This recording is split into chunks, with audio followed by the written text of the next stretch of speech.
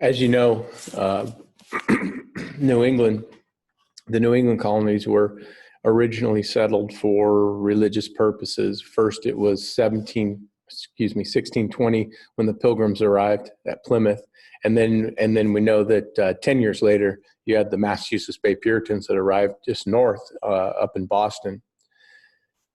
They, whole families. They came as whole families from England for the most part, and the original settlers were really, really pious, and religious zeal was incredibly strong during this time when they first settled in the early 1600s.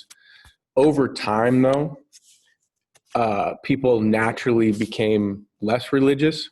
The original settlers there had a purpose. Only the saved were allowed to come on board the Arabella, the first ship that came to Massachusetts Bay in Boston, the Puritans. But as you know, as over time, there's going to be less people who are saved, are visible saints.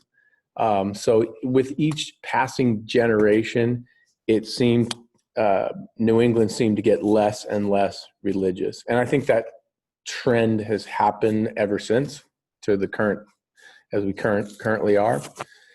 The Puritans then also began to see a lot of what the Anglicans originally saw, and that if they limit the number of people who are going to church, they also limit the amount of money that they could bring in. So in hopes of bringing more money to the church, the Puritans began to open up their services to everyone. So they renamed themselves the Congregational Church, and they started to bring in more people. It all started with the Halfway Covenant, and basically that opened the door just a crack for the children of those who were saved. Their children were allowed to come in. That's how it started. And then, of course, it opened up. Every generation seemed to allow more and more people in as they saw the value of money in the colonies. But with this, and much to the frustration of the older generations of Puritans, their churches weren't as fervent, and the religious zeal just wasn't there as it once had been there. So the Halfway Covenant started that, and then it just continued year after year. So there began to be this stratification, like those people who were the oldest were the most religious, and then the next generation was less religious, and the next generation after that was even less religious. So there was a lot of friction, I guess you could say, in the Congregational Church based on who was saved and who was not saved, and that will continue for a long time. A great example of a reaction to this, or a great example of a result of this stratification was the Salem witch trials. And basically you had a group of adolescent girls who weren't very religious and kind of were, how should I say it, creeped out a little bit by the older women who were very religious and had all these ritualistic not seances, but that would not be a good word, but just different rituals. And they started accusing the older women, the adolescent girls started accusing the older women of being witches. And to be called a witch was one of the worst things that you could call somebody at this time. There were witch hunts all over Europe, and now it's going to find its way to the colonies. At the end of the day, because people were so freaked out, because they were just over the top on this, 19 women were hanged, and one was pressed to death. I'm not sure why they pressed to death one woman, but you can imagine putting someone between two rocks and having a pulley and releasing that rock down slowly over the woman so she suffers. Horrible way to die. There's mass hysteria because of the fear of witches. And really, the bottom line is this was a passing fad in Salem, Massachusetts. It didn't last for long. However, the effects were huge. And you could really clearly see that widening what they call socio-religious stratification in Massachusetts. You had levels, the really, really older generation of pious, religious women and men, and a lot of women here, as you can see in the Salem witch trials. And then, underneath that, you had every generation seemed to be less and less religious. So you really saw change. Change is coming to Massachusetts, that's for sure. And here's a couple prints here. You have a woman, Bridget Bishop, being hanged. You can see the cart right there. So let's talk a little bit more about what life was like in New England if you lived in a New England town. We know what life was like if you lived in a New England town in 1630 in Massachusetts Bay when the Puritans first came over. It was very strict. It was very organized, and that continued for a long time. Due to farming, New England was much less ethnically mixed than the middle colonies or the Chesapeake southern colonies. The middle colonies had people coming from all over, as you know, because that's where the jobs were. If you wanted to come and climb the ladder of success, you went to the middle colonies. In the Chesapeake colonies, you had many Africans that were slaves, forced immigrants who were the cheap or free source of labor. They replaced the indentured servant as 1700 came about. Now, you also found in New England extreme weather. It's extremely cold, lots of snow in the wintertime, and extremely hot and muggy in the summertime. So you need to know how to survive. Survival was difficult during the winters in New England. And this continued on even into the 1700s, obviously, where things got better in the southern colonies. They got resistant to malaria, and they were figuring things out in the southern colonies, and the population was thriving in Virginia.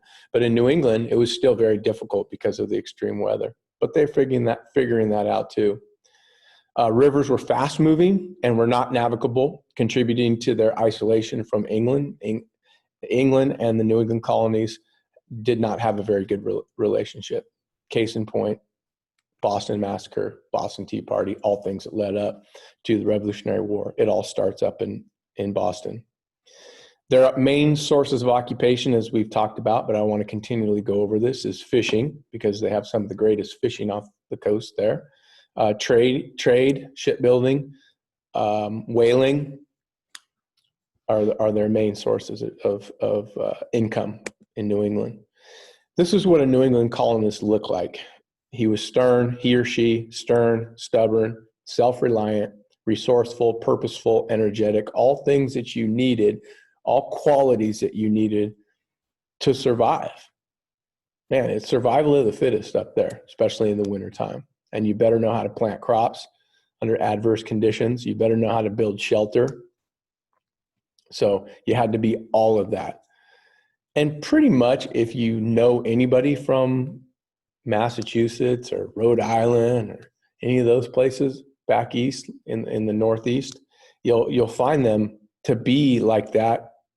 I'm not trying to stereotype, but it's a positive stereotype, is that you see that in a lot of people that live up there today. It's been passed down from generation to generation. Here's a colonial recap. I want to go over this one more time before we have our test. But you had your southern colonies, your middle colonies, and your northern colonies. Should be familiar with each one of them. The southern colonies consisted of 5: Virginia, Maryland, North and South Carolina, and Georgia. Virginia, we know, was settled first in 1607 at Jamestown. Tobacco was their savior. It will become, by 1700, the most populous of all the 13 colonies, meaning they have the most people. Maryland, we know, is a safe haven for Catholics. It was started by Lord Baltimore. In 1649, they passed the Act of Toleration so that the Catholics could stay in their own colony, because they said anybody could come. And then as soon as Protestants started outnumbering Catholics, they tried to kick the Catholics out, and that allowed the Catholics to stay. We know North Carolina became a squatters colony. It broke off in 1712 from South Carolina, or I should say South Carolina broke off from North. North Carolina was very liberal, and I called it the Santa Cruz of the colonies. South Carolina had sugar rice and tobacco plantations. It was very rich and was always being attacked by Florida. So they created Georgia.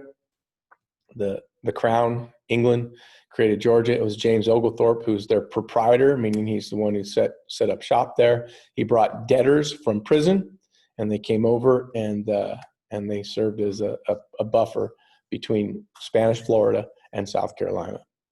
The middle colonies were made up of New York, New Jersey, Delaware, and Pennsylvania. We talked a lot about New York and Pennsylvania. New York is unique in that it's originally settled by the Dutch. New Netherlands, it was called. The capital, which is New York City today, is New Amsterdam. And eventually Peter Stuyvesant, who was their governor, was kicked out as England wanted it. One of the most important pieces of real estate in the world, even to this day. And we know that Pennsylvania was settled by the Quaker William Penn. He was very peaceful. They were pacifist. He wanted to bring all of his Quaker followers to the New World, and he had a charter from the king and settled at Pennsylvania. And the king, who owed his father a lot of money, Penn forgave the debt for permission to settle in the New World and set up a thriving colony. The capital was Philadelphia, a city of brotherly love. And then, of course, we just talked about the northern colonies, Massachusetts with the two groups that settled, the Pilgrims in 1620, and then the Massachusetts Bay Puritans in 1630, 10 years later. Rhode Island was started by cast-off Puritan preacher from Massachusetts, Roger Williams, who based it on his three concepts that he believed in. One, freedom of religion, anyone was welcome. Two, separation of church and state. And three, he felt that they should pay the Indians, which they did, for that land. Connecticut was started by another Puritan preacher by the name of Thomas Hooker, and it was the Connecticut River Valley is really the only very fertile area here. And you don't only have to grow subsistence crops there. You can grow crops like wheat and sell it because it grows so well. They formed their own government, and it's called the Fundamental Orders of Connecticut, where they basically said that only substantial people could vote. To them, substantial people had to be white, had to be male, and had to be a property owner. So limitations to democracy, definitely, that will continue on all the way until the 1840s and 50s. And there you have it right there. There's a map that shows you all the 13 colonies, just so you have a visual of that. And this concludes chapter 4.